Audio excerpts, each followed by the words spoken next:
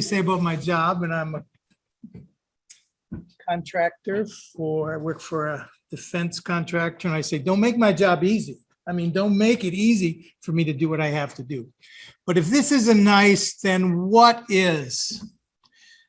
That's a quote by Kurt Vonnegut, which I'll talk about in a minute. But what am I talking about? I'm talking about Voyagers. I'm talking about Toastmasters. And if you haven't reviewed the club mission statement lately, it is to provide a mutually supportive and positive learning environment in which every individual, each in his own and her own way, or their own way, has the opportunity to develop communication and leadership skills, which in turn, and this is the most important part, foster self-confidence and personal growth. Because once you have self-confidence and personal growth, you literally can do anything. Well, Kurt Vonnegut said, if this isn't nice, then what is? And he is talking about just walking outside, seeing a sunset, being with your family, just enjoying your life. And that's what I think Voyagers is. If this isn't nice, then what is? This club was chartered in 1983. Is that correct? Or is it 84? One of those years. Anyway, we're 38 years. And it was founded by the woman on your left, Dot Dodds, and a group of Toastmasters who were all very committed. And on the right, you see Mary Porter. She was one of the first members of Voyagers. And Mary became a president.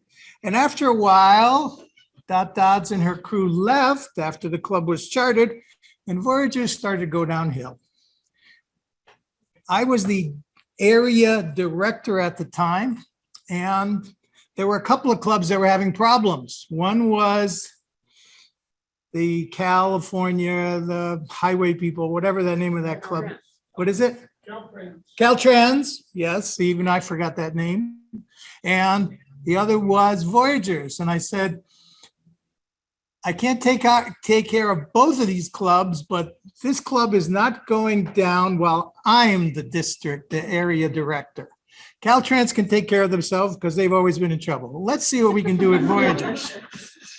Well, who starts to join? Well, you see this young man and his beautiful bride, Mr. Terry Humans. He was one of the first members. And one of the first speeches he gave was about popcorn. And it is so memorable. I remember it to this day. I can almost smell that popcorn cooking. And that was a memorable speech. Terry's done many things for this club. Then who else joined? Well, a young man named Hal Slater. And he brought his son. Actually, his son, Matt, was under 18 when he joined. But we didn't tell anybody about that. And Hal has been a stalwart. Hal is accredited speaker, which is the highest, literally the highest award you can earn in Toastmasters. And there were other members. On the far left, Teresa Cuffle, one of Hal's good friends. That is the true Teresa Cuffle. And you see Mark Shapiro. He's always had women around him all his life, and this is no exception.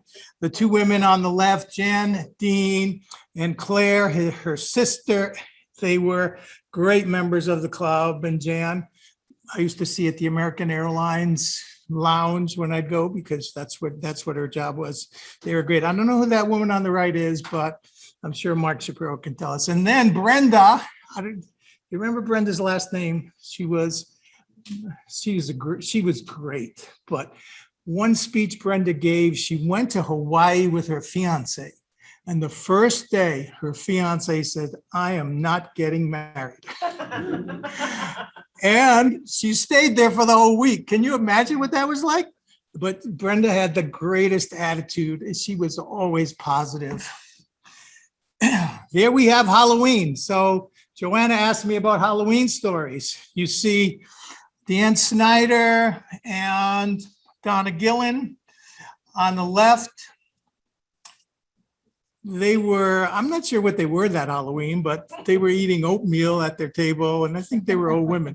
Claire and her sister, they were bad nuns because they would pull out cigarettes, and they were. And then we have the wizard. This actually isn't a Halloween party, but Matt was a wizard, and he was very much into wizard games. John Wissenberg, there he is. John, what were you during that time? What is this outfit? Galileo. A Galileo. Oh, so he's from Egypt. Yeah, very nice. He's Egyptian from the desert of Galileo. And then we have the inevitable Terry Ewens as a high school student, and Cheryl Rausch, who you'll see again, who was a member and became district director.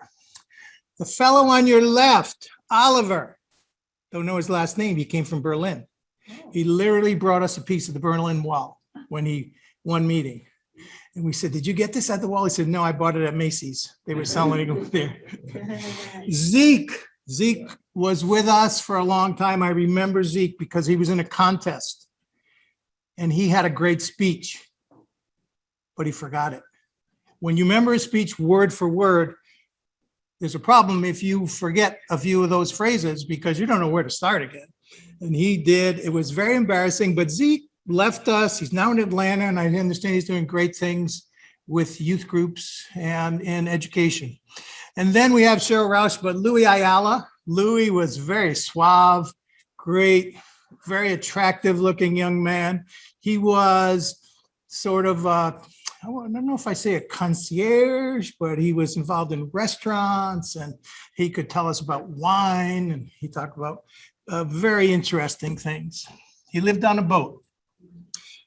Voyagers have always been involved in awards, and you see accepting awards. That's District Director Jose Garza. Down below, you see Bob Traber, who was District Director, giving Jim Batchelor, who was an Olympic hopeful. He got injured and decided to join Voyagers rather than participate in the Olympics any longer. But his claim to fame, and unfortunately Jim has passed away because he got very sick. He went to Las Vegas. He was like a Chippendale or one of those. He was a dancer, but very attractive. And Mary Porter here accepting an award. We were young once. We were good looking. Do you recognize these two guys? It's Renee Ramirez, Jerry Marino. We were young once. We weren't always, even though we don't look so young here, we were at least a lot better looking at the time. And Voyagers have always been a great club. It's always been a great club because we've been together. We've always been committed to each other's growth. These are some of the people, Deanne Snyder, who contributes her job at the convention center to Voyagers. And then we have in the back, I'm going from left to right myself, but Pierre Chalmasson, he has the most melodic voice you will ever hear.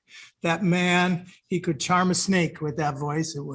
And he was a professional. He was on the radio, but now does a number of different things. We see Cheryl Rausch, we see Teresa Cuffle, your boy, young man at the bottom, Tommy, he became a dancer with Jim Batchelor, but he was a great speaker, and he gave a speech at our 40th, which was something like, I think I can. And he was a very polished speaker.